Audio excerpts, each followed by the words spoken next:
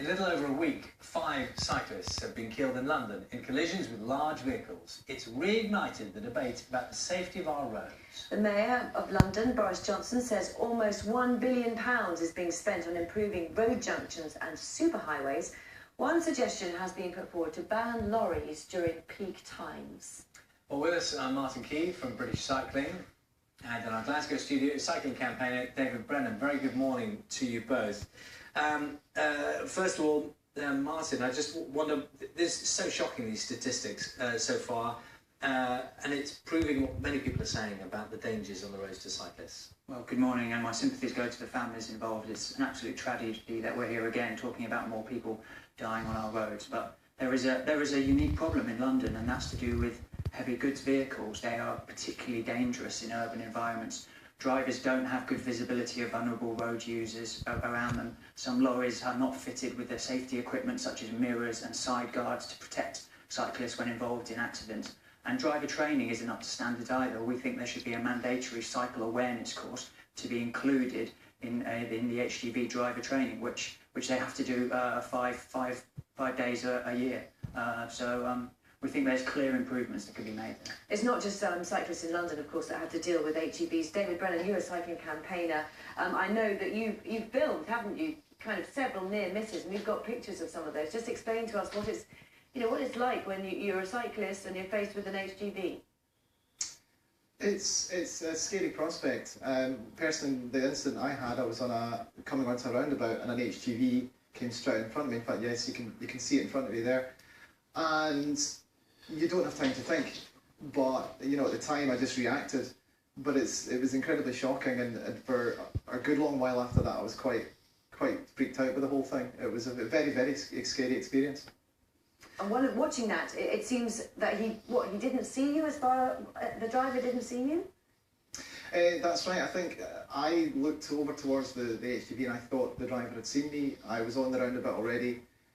It just turned out he hadn't, and it was, unfortunately that morning it was icy as well, and so a little bit icy, and so I skidded, and I was probably about 20 centimetres or so from the HGV at that point in time. Yeah. Martin, as we were watching that, you'll be well aware. In fact, just the other day, we were at live at a position in central London, which is the location of one of the most recent incidents where someone was killed, the junction, a notorious junction.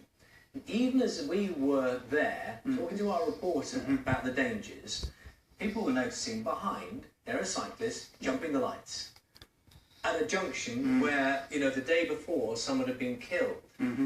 Now, whenever we talk about this, you'll be well aware that a lot of drivers, and it's not just drivers, cyclists too, say, well, there's an awful lot of people taking very unnecessary risks at the same time as people not being aware enough of cyclists. Well, I mean, seeing that video is absolutely shocking and incredibly scary, and anyone who's been on a bike in a busy urban environment will have had close and near misses. We have to remember that cycling is generally a safe thing.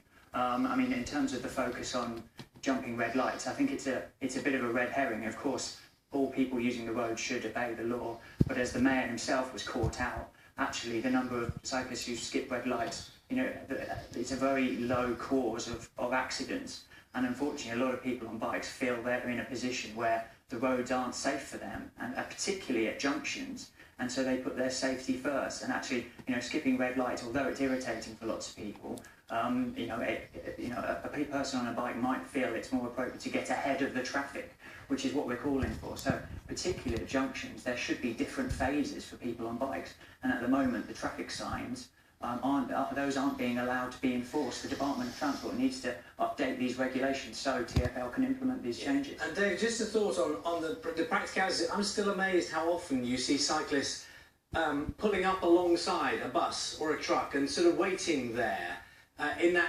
notoriously dangerous position. Yeah, I think it certainly happens. It happens both ways. I mean, I think there's blame on all sides when it comes to these sort of incidents. And individual incidents, obviously, there's you can't judge it until you hear what the reality was.